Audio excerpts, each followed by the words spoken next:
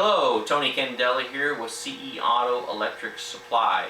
Today I'd like to talk to you about upgrading the audio system in a late model vehicle.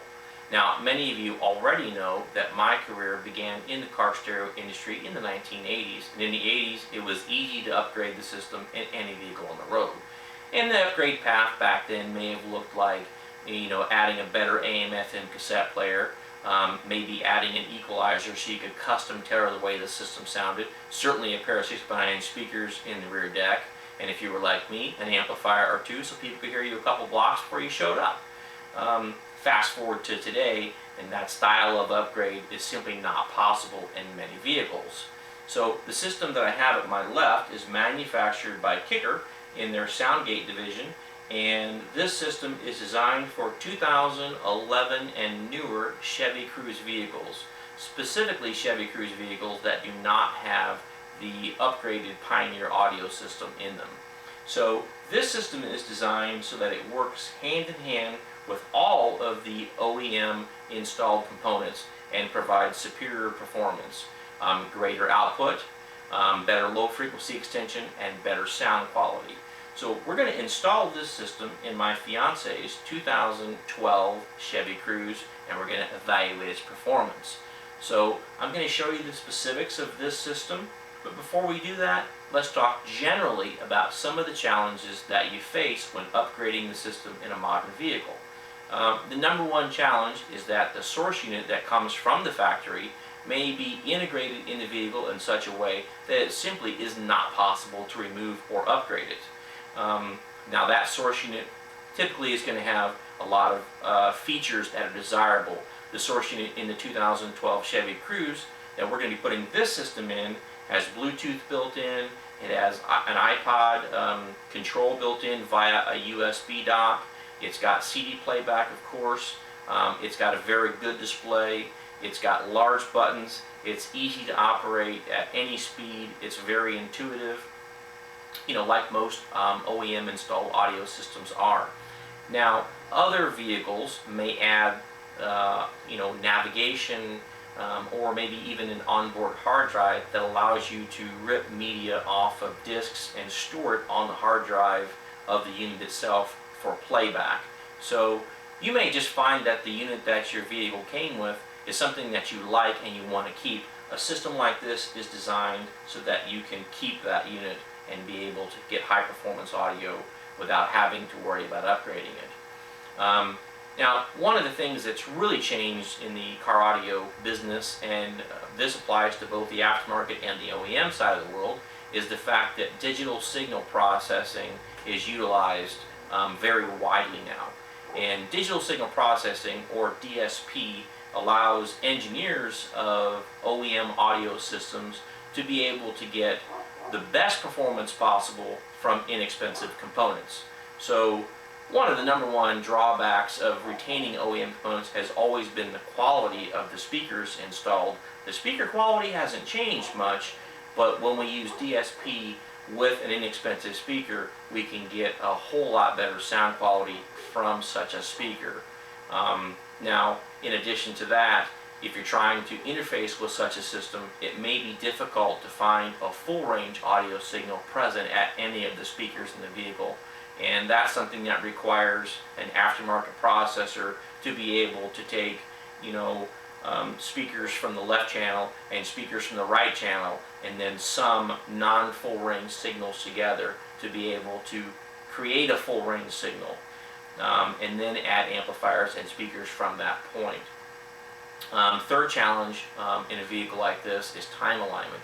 Often when the vehicle has multiple speakers, the outputs of those speakers is delayed in such a way that all of their output arrives to the listening position, which could be the driver's seat or the location between the driver's and passenger front seats, depending on the vehicle, at the same time.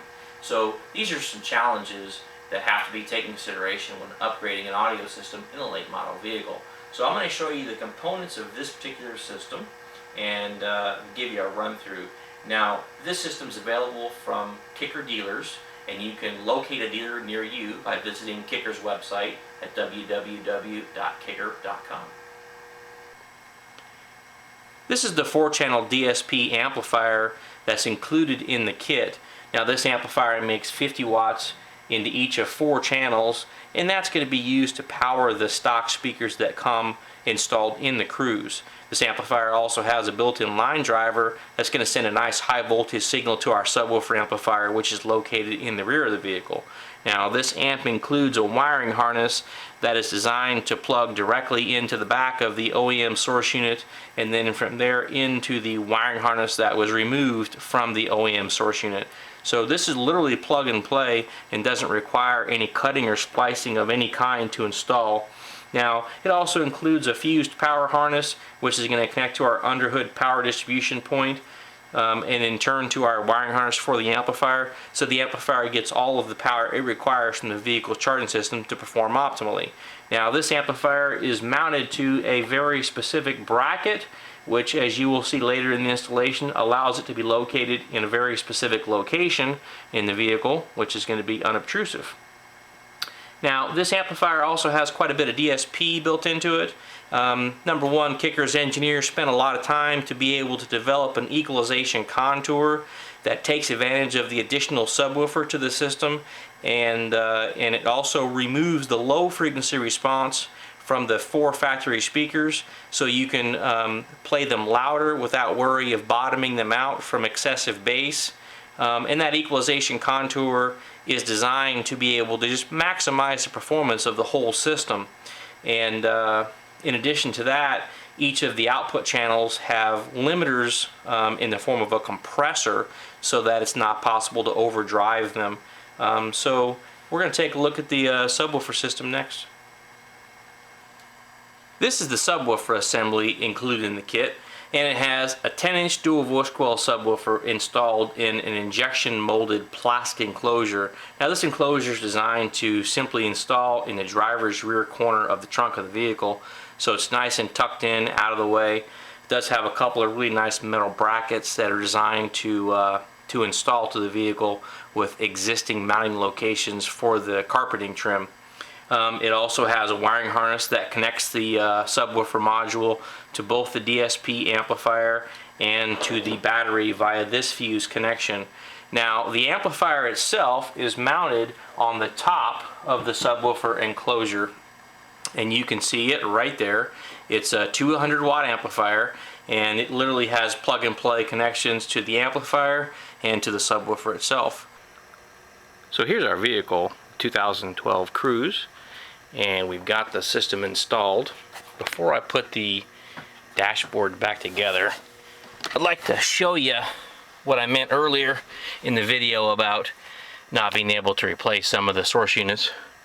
This particular source unit is comprised of 3 pieces. So if you'll notice, what you have here is a control panel, and then above that you've got a monitor, and then below that you've got what appears to be a standard, doubled in unit with the CD mechanism, etc. Probably also has the built-in power from the factory. We're not using that anymore. So this system is has been designed from the ground up for this particular vehicle, so it's not universal by any stretch of the imagination, and it would take some creativity on the part of an installation technician to be able to come up with something different to go into that location. So let me get all that back together, and then I'll show you where all the rest of the components are. We'll go from there. Stay tuned. Okay, now the installation in the Cruze is done. I'm going to show you where all the components are. Under the hood, the amplifier power wires, are both designed to interface at this junction stud right here in the factory power distribution center. Things have come a long way. I mean, look at those fuses. That's one solid fuse assembly in that box. So very easy to connect those. Each of the amplifiers is protected with an included mini ATC style fuse holder. The cables pass through a factory grommet on the firewall, which was actually quite easy to access. Let's go inside the car. I'll show you where the front amplifier is located. Turn this light on here. You'll notice that it's right underneath the dash above the dead pedal on the driver's side. Notice how the bracketry is designed to bolt it directly to existing bolts. So, pretty clever. If you didn't know what you were looking at, you'd think that was installed from the factory. It's exactly how it looks. Alright, now let's come around to the rear of the vehicle. And there's the subwoofer installed. And it bolts in place. All hardware is included. This thing is incredibly solid. So that's not going anywhere. Obviously all the trunk space is still available. So let's get in the car and see how it sounds. Now unfortunately you're not going to be able to see how the system actually sounds on this video. But you're going to have to take my word for it. We've had the system in the vehicle now for several days, and we've listened to all kinds of stuff. And I gotta tell you, I'm really impressed. On a scale of 1 to 10, I would say a strong 9.5 as far as impressed. And I've been in the car service industry a very long time. This system does so many things well, and it doesn't do anything wrong. The system has greater output. It obviously has better low frequency extension because it didn't have any sub bass before. It was like a vacuum below 80 Hertz in this car, and now that's totally been solved. Now anytime I evaluate an audio system in a vehicle, I always utilize the best format available to me, and in this case it's the compact disc. So I'm listening to an MFSL version of a incredibly popular recording as I'm filming this, and the car sounds just incredible. The time alignment in the vehicle, the equalization, the crossover points that were chosen for the speakers have all been done remarkably well. So this system installed in about 2 hours, and my day-to-day as a car stereo installer stopped in 1997. So I gotta believe if I can do it in 2 hours, that most people that are doing this day-to-day can probably do it a little quicker. The system went in without a hitch, and its performance is just you have to hear it to believe it. So the most important thing is my fiance loves it, and she's very happy that it didn't intrude on any of the factory equipment she had in the vehicle, and it simply builds on what she already had. Now, you know, when evaluating the system, I utilized a couple of old favorites, and you may or may not have some of these discs in your collection. If you don't, I would definitely encourage you to get them. They're great for evaluating the performance of an audio system. So until the next time, I give this Cruze system from Kicker in their Soundgate division my highest recommendation. Over and out.